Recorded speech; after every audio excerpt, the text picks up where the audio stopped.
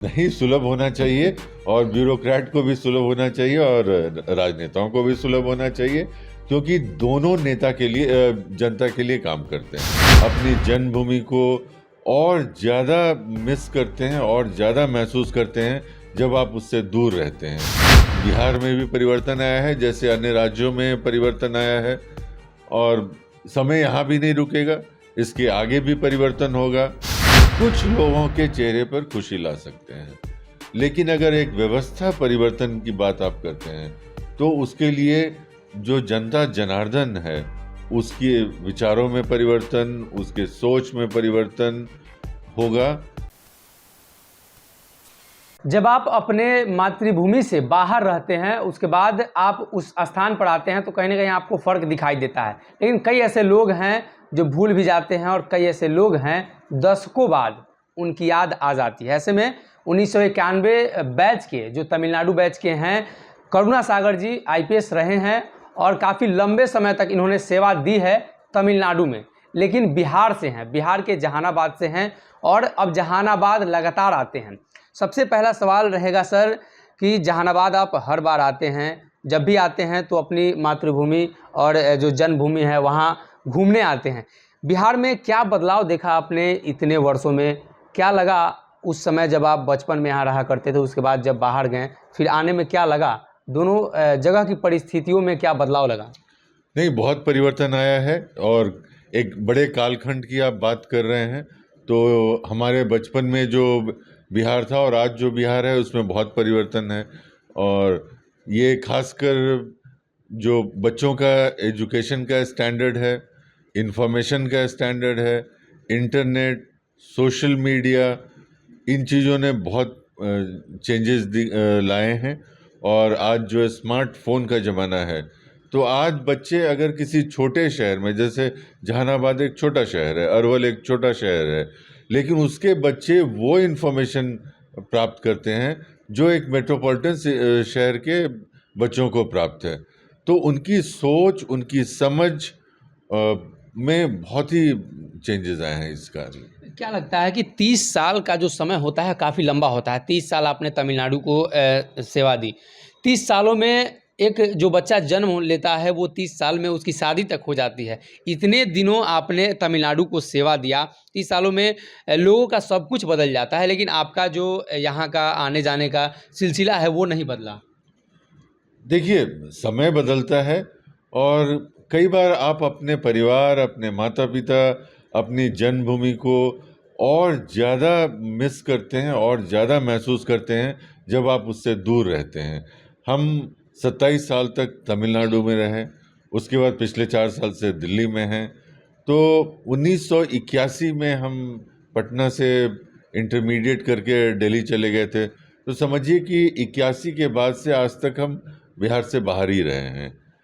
तो एक जो अपनी मिट्टी की कसक होती है, अपने परिवार का, अपने बचपन के मित्रों का, अपने लोगों के चेहरे, उनकी यादें, वो सब बहुत ज़्यादा और भी ज़्यादा मनस्पटल पे छाई रहती हैं। कोरोना काल में आपने लोगों को काफ़ी मदद की थी, खासतौर अगर बात करें जहानाबाद क्षेत्र में। फिर आप बिहार लौट रहे हैं, लगातार लोगों की मदद कर रहे हैं।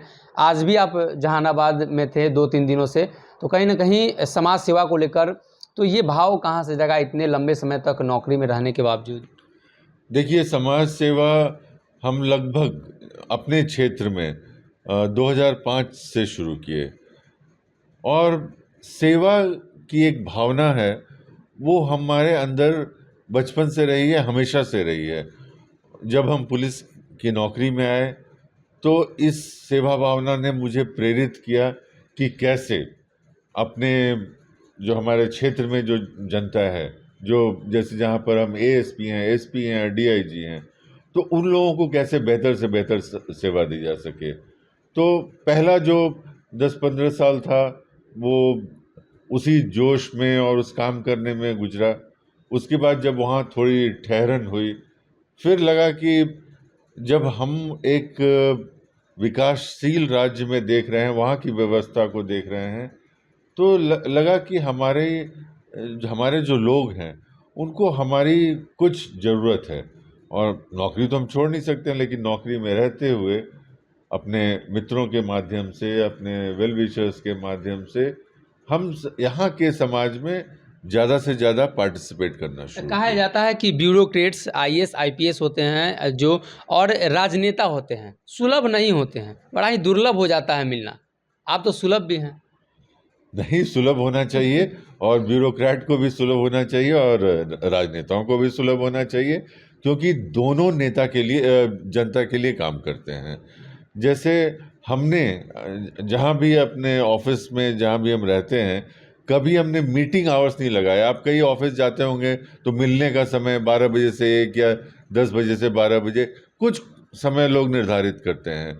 मेरी पॉलिसी हमेशा से रही है कि जब हम ऑफिस में हों, चाहे वो 9 बजे सुबह का समय हो या रात में 8 बजे या 9 बजे हम ऑफिस में हैं तो हम लोगों से मिलेंगे।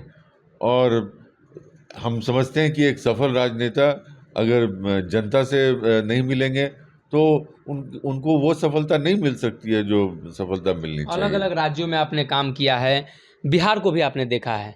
अगर बिहार में खास तौर पे बात करें तो आपने काम नहीं किया है, हो सकता है बिहार के बारे में जो परसेप्शन है वो आपके मन में भी अलग होगा, लेकिन अन्य राज्यों की तुलना में बिहार की प्रशासनिक व्यवस्था कैसी है? देखिए, प्रशासन तो सब जगह एक ही होता है।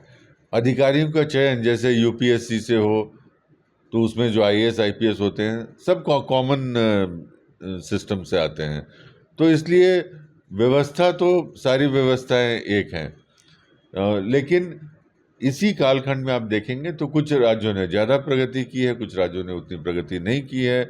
तो उसके लिए बहुत सारी जो सिचुएशंस, बहुत सारी चीज़ें हैं, उन सब पर ध्यान देना होगा। मेरा परसेप्शन उस क्षेत्र को लेकर भी है जिस क्षेत्र से आप आते हैं, नक्सलवाद प्रभावित क्षेत्र रहा है। आप जब यहाँ से गए उस समय नक्सलवाद से ग्रसित था बिहार, और आज की स्थिति थोड़ा बदली है, तो क्या लगता है कि ये बदलाव किस हिसाब से हुआ, कैसे हुआ? देखिए, बहुत पॉजिटिव है। और हम अभी भी जाते हैं, जब जहानाबाद जाते हैं और जब वहाँ घूमते फिरते हैं तो विश्वास नहीं होता है कि एक ऐसा समय होगा जब जहानाबाद नक्सल वायलेंस से प्रभावित था और जातीय हिंसा से प्रभावित था। अब सब कुछ बहुत नॉर्मल लगता है, सब कुछ बहुत अच्छा लगता है। लोग किसी भी समय कहीं भी जाते हैं। कल रात में हम काको में थे तो लोग बता रहे थे कि हम लोग रात में पटना में नौकरी करते हैं, गंगा दामोदर लेके जहानाबाद आते हैं और रेलवे स्टेशन से अपने घर आ जाते हैं, अपने गांव, अपने काको में आ जाते हैं। तो पटना में रहने के बजाय वो काको में रहना बेहतर महसूस करते हैं। और चूंकि इस समय कोई भी ऐसी समस्या नहीं है और जो कम्युनिकेशन है वो भी अच्छा है और लॉ एंड ऑर्डर चूंकि उनका साथ दे रहा है। तो ये मैं अब कल की घटना आपको बता रहा हूँ। जी जी। आप राजनेता नहीं हैं तो राजनीतिक सवाल नहीं रहेगा, लेकिन सवाल ये रहेगा कि जो उस समय तथाकथित जंगल राज और इस समय जो परिस्थितियां हैं बिहार की, तो आपको फ़र्क दिखा क्या इसमें? परिवर्तन एक समय के अनुसार होता ही है। परिवर्तन प्रकृति का नियम है और बिहार में भी परिवर्तन आया है जैसे अन्य राज्यों में परिवर्तन आया है। और समय यहाँ भी नहीं रुकेगा, इसके आगे भी परिवर्तन होगा। जब हम बचपन में थे या जब हमने नौकरी ज्वाइन की थी तो उस समय कंप्यूटर कहीं नहीं था, मोबाइल फ़ोन कहीं नहीं था, इंटरनेट कहीं नहीं था, सोशल मीडिया कहीं नहीं था। आज वो स्थिति आ गई है कि गांव में जो सोशल मीडिया और स्मार्टफोन का पेनिट्रेशन है ये शायद विश्व में हाईएस्ट होगा। और अगर हम अगले 10 साल और 20 साल के बारे में बाद में सोचें तो समाज और भी कहीं आगे बढ़ जाएगा। सोशल वर्क आप कर रहे हैं लगातार, जहानाबाद अरवल के क्षेत्रों में आप भी घूम रहे हैं।